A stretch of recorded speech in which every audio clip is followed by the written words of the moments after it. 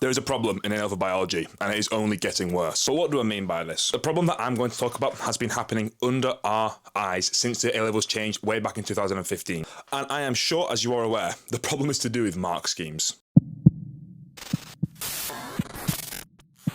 So if you're currently an A-level biology student, or you're a previous A-level biology student like me, or you're even going to study A-level biology, you probably need to be aware about this problem. So first, I'd like to pull up this graph here. This graph here is basically a graph showing and comparing the three sciences, bio, chem, and physics, and it's comparing the rate of A stars to A grades that candidates get within each of those topics. Now, obviously, grades like B's and C's are still fine, but the metric of A's to A stars is one to do with the overall amount of success in students, because these are the most competitive grades. So as you can see, in biology, the amount of A's to A stars given is significantly lower year on year on year when comparing it to physics and chemistry, which seems really weird because everyone, or most people, mock biology and say that it's an inferior science, it is a lot more easy, and it's all diagrams and colouring and labelling. Obviously there's jokes and a nuance to that. However, why is it actually that biology has such lower proportions of A's and A stars? The reason is to do with the mark schemes. So if you've already studied biology or studying A-level biology, you're probably going to understand this, but I'm going to explain it in a lot more detail. And if you're about to study A-level biology, then this is all new to you. Basically, the problem with the A-level biology mark schemes is that it's too specific. A problem since 2015 is we shifted from a understanding perspective in A-level biology to a memorize and recall perspective in A-level biology. What this basically means is that students now, instead of needing to understand things and actually how they work, they just need to recall vague bits of information.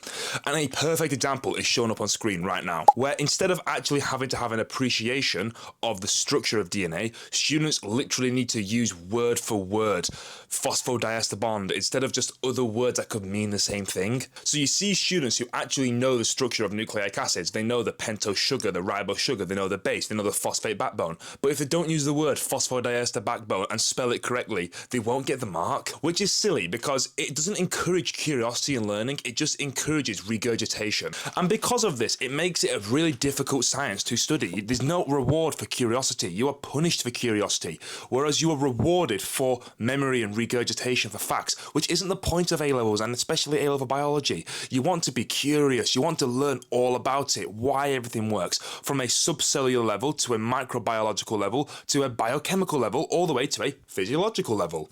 Yet we've moved away from that appreciation and that synoptic understanding, and we've moved a lot more towards just memory and regurgitation.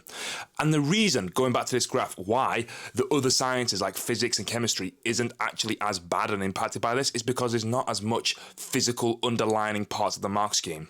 And when a mark scheme is underlined, if you don't have that word, you don't get the mark, which is why in biology people are suffering from this because they're not using the words the examiners want to know. So obviously, I know I always talk about for biology, you need to memorize mark schemes, and I'm playing the game, obviously. I'm here to help you get A stars. I'm just here talking about why it's kind of sad that it's resolved to this, rather than resolved to, I don't know, maybe understanding it a bit more and rewarding students for that, like it is in chemistry and in physics. So if you've been studying biology, you 100% will get what I mean, and if you're about to take biology, then just consider this when going into it, that you need to be able to memorize things, and it's a lot more of memory rather than understanding of the concept. There is another small reason as well why this percentage is a bit less in biology than the other sciences, and it's to do with biology being more of a filler subject for a lot of students rather than chemistry and physics being an intentional choice of a subject for other students.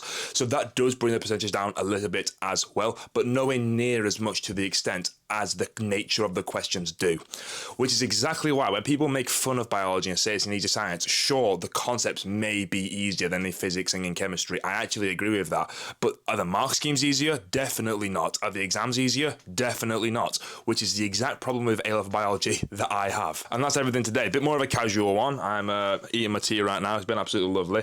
And I thought I'd just chat about the issue of A-level biology and what I thought about it. I'd love to hear your views though in the comments, so please comment below what you think about A-level biology. Am I right? Am I wrong? Do you have anything else to add to this conversation? And as always, thank you for watching.